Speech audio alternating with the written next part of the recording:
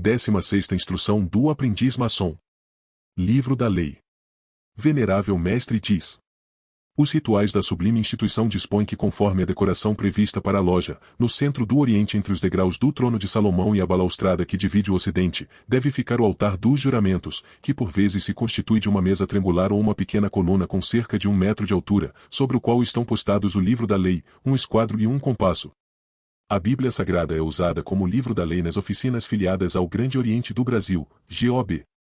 A Bíblia é constituída por uma coleção de muitos livros de autores diferentes nas origens e línguas, pois foram escritos em aramaico, hebraico e grego, apresentando gêneros literários tão diversos quanto os conteúdos das. Item narrativas históricas. Item código de leis.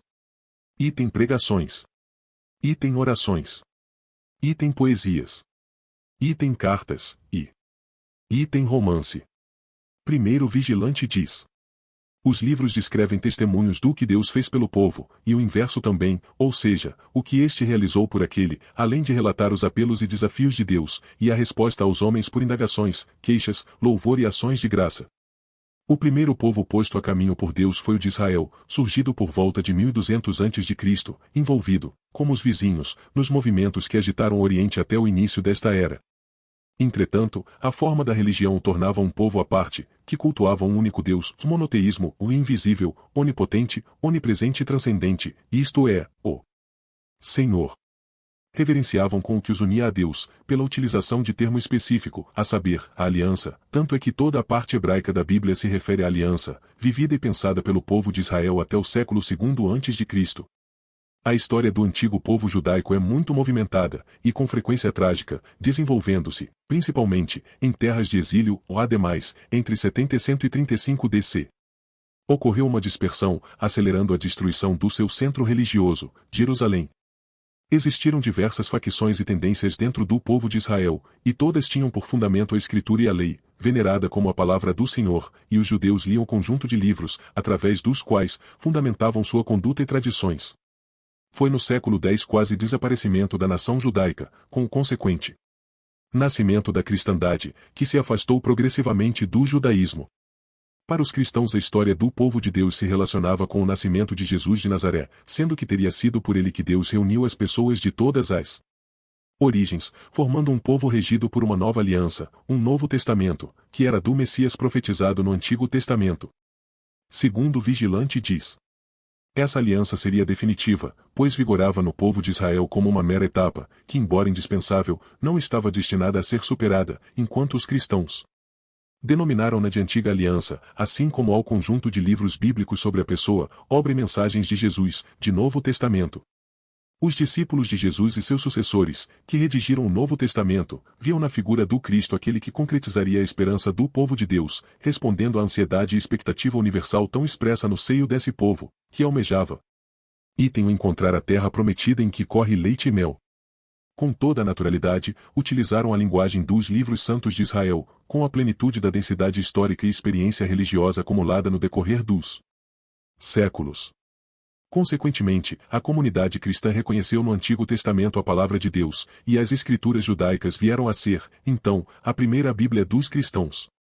Mais iluminados pela fé em Jesus, o Cristo, o Antigo Testamento tomou um sentido novo para os cristãos, tornando-se como um novo livro, sendo entendido como profecias que com a vinda de Jesus estariam se realizando. O Novo Testamento, portanto, não é senão a confirmação do Antigo Testamento restrito, sendo centrado na pessoa daquele que era considerado o Salvador Jesus de Nazaré, cuja vinda foi profetizada nos textos dos antigos profetas. À época, judeus e cristãos tinham em comum os livros dos profetas e patriarcas, para mais tarde serem denominados pelos cristãos de Antigo Testamento, porém, sempre permanecendo em conteste que ambas comunidades os viam sob óticas distintas. Não obstante, a Bíblia continua a convidar a todos, dos diversos países e através dos tempos, a ingressarem no conglomerado que incessantemente busca a Deus, pelo entendimento através de legados dos item antigos profetas e patriarcas, e item Jesus e de seus discípulos. E sendo visto como o livro do povo de Deus, a Bíblia torna-se o compêndio de um povo ainda a caminho. Orador diz.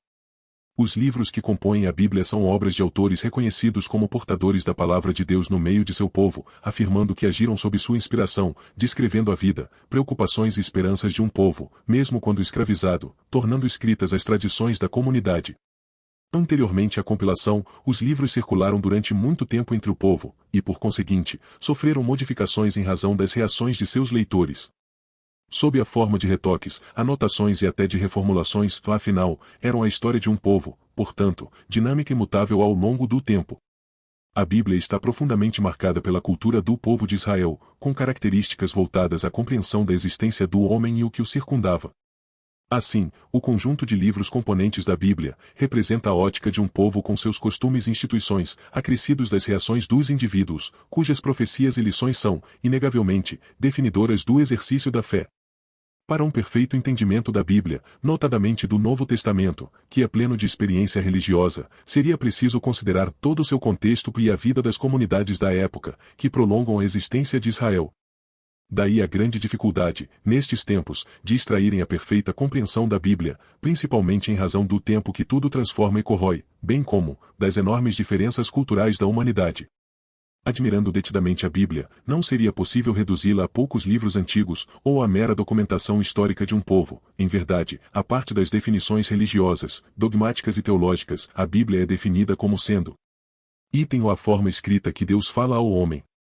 Não se está diante de palavras jogadas ao léu, ditas ou escritas sem finalidade certa, não são vernáculos sem importância, pois, definitivamente, item ou é a vida de todos. E para os cristãos significa ainda item a crença e confirmação da vinda do Salvador, porque consideram que item o contém sinais para que creiais que Jesus é o Cristo, o Filho de Deus, e para que crendo, tenhais a vida abundante em seu nome, de Jó 20. Secretário diz. Jamais deve ser conduzida a leitura da Bíblia, de modo a ignorar que se está diante de um meio de comunicação, mídia, entre Deus e o homem. Admite-se que o leitor seja livre para resistir a este conceito, e apreciar a Bíblia apenas como um literato ou apreciador da história antiga, porém, se o leitor aceitar os desafios contidos nos diálogos dos autores, que na essência são testemunhos de fé, não poderá fugir à necessidade de uma decisão referente à questão proposta, isto é, o sentido da vida. A Bíblia convida a um exercício de fé embora restrita a uma em particular a do povo de Israel, e pretendem diversos comentaristas específicos, que, genericamente, a Bíblia seja entendida como porta-voz da palavra de Deus, sendo dirigida a todos os homens, indistintamente, em todo tempo e lugar, independente seus próprios credos. Ao longo dos tempos, muitos encontram nesse livro a força necessária sustentadora de sua caminhada, meditando sobre suas mensagens, e assim, não é sem razão que nos cultos ou ofícios se leem ou cantam. Item os Salmos. Item o Antigo Testamento, e item as Epístolas com o Evangelho, desde que a unidade buscada é a unidade da fé.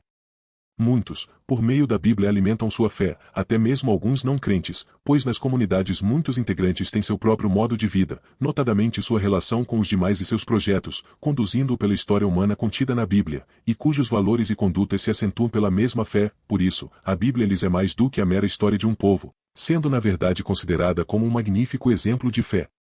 Quanto à maçonaria, também compreende a Bíblia, ou História Sagrada como a mais competente compilação a tratar de filosofia, história, mística, mitologia e religião cristã e hebraica, além de reconhecê-la como a base dessa milenar da instituição.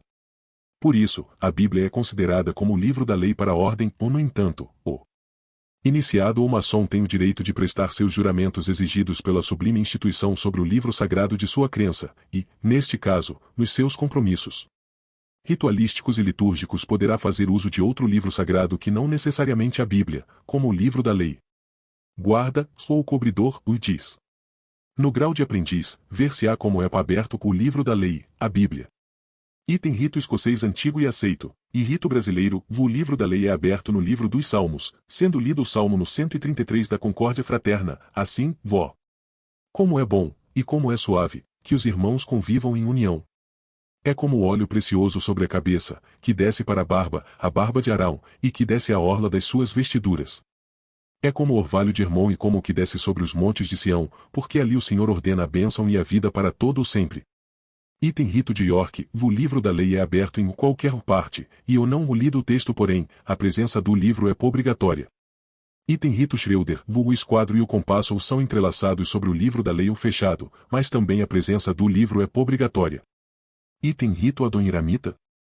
Livro da lei é aberto em São João Evangelista capítulo 1, verso 6 a 9, assim houve um homem enviado por Deus que se chamava João. Este veio por testemunha, para dar testemunho da luz, a fim de que todos crescem por meio dele. Ele não era luz, mas veio para que desse testemunho da luz.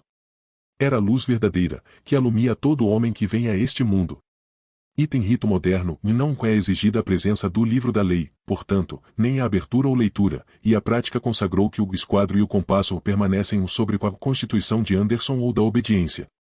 Nos ritos adoniramita, escocês e brasileiro, a abertura do livro da lei e a leitura do versículo apropriado a cada grau, sempre foi uma exigência inarredável desses ritos, e a falta desse ato litúrgico, inclusive, torna irregular a sessão.